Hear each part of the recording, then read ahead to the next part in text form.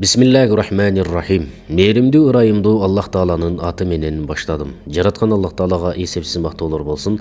Пайгамбарыбыз Мухаммад Мустафа саллаллаху алейхи ва салламга салам салаваттар болсун. Урматтуу мекендешим, урматтуу мусулман бир тууганым. Бүгүнкү темабыз Кудайым буйруса ат коюу жана ошол атты өзгөртүү боюнча бир аз болсо дагы сөз козгоону туура көрдүм. Ар бир эле аты эне болгон инсан баласына балалуу болгондо ат издеп баштайт. Кандай ысымдар жакшы? Ушундай таризде көптөгөн суроолор дагы кетет.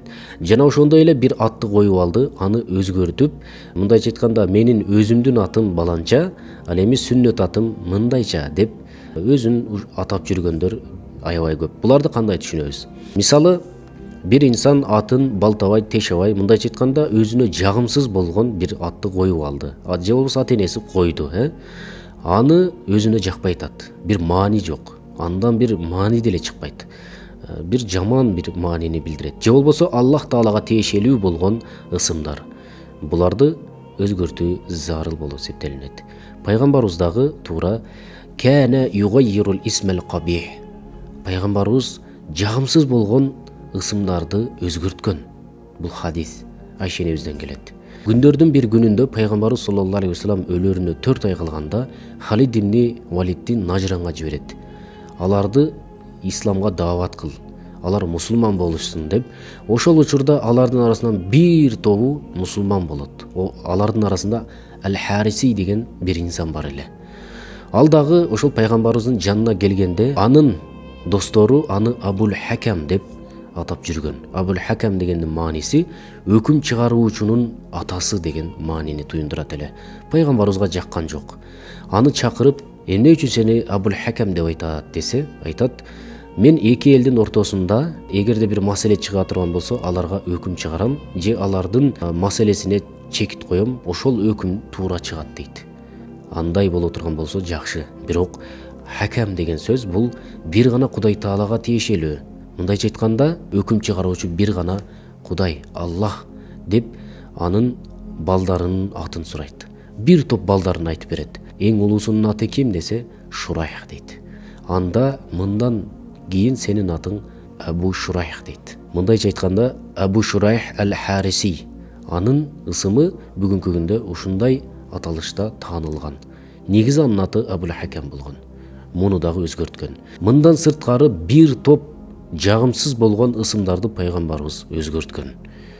Мындайча айтканда, мурунку доорго тиешелүү же Аллах Таалага тиешелүү болгон ысымдар болсо, жагымсыз бир ысымдар болгон болсо, аны кадимкидей Пайгамбарыбыз өзгөрткөн.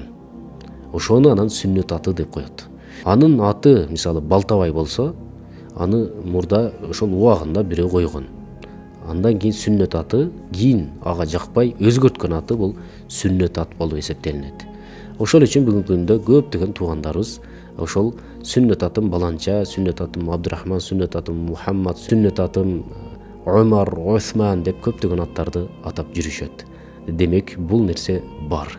Бирок тилекке каршы жакшы эле аттары бар. Максат, Бекзат жана башка толгон жакшы бир ысымдуу аттар бар. Ошолорду дагы өзгөртөм деп, мындайча айтканда мусулман ат коем деп өзгөртүү бул бир аз болсо дагы туура эмес болуп калат. Анткени ат бул мааниси жактан туура болсо, мааниси жактан жакшы болсо кое бериш керек. Көптөгөн кыргызча аттар бар.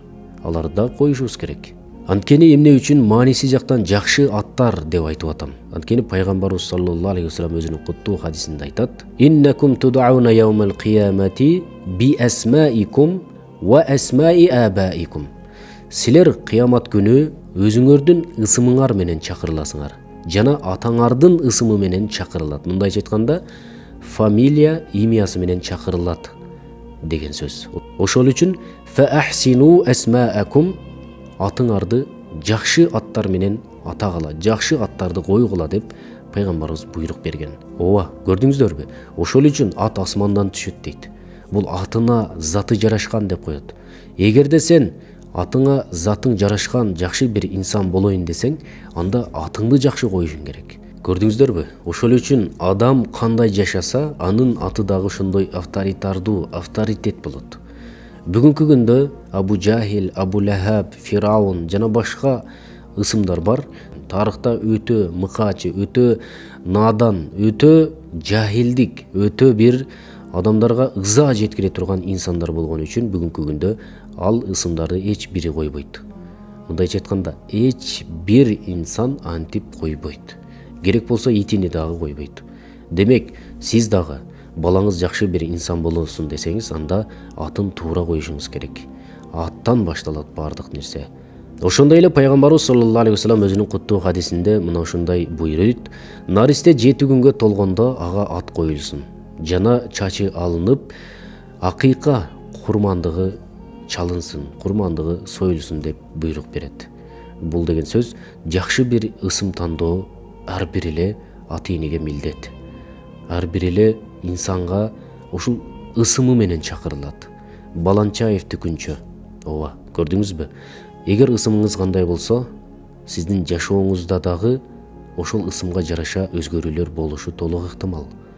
Анткени ысым бул эң негизги нерселерден. Эртең кыямат күнү дагы Аллах Таала, периштелер сиздин атыңыздан чакырат. Баланчаев Түкүнчө кел деп айтат. Ошол үчүн ысымдарга маани бериңиздер. Ассаламу алейкум ва рахматуллахи ва баракатух.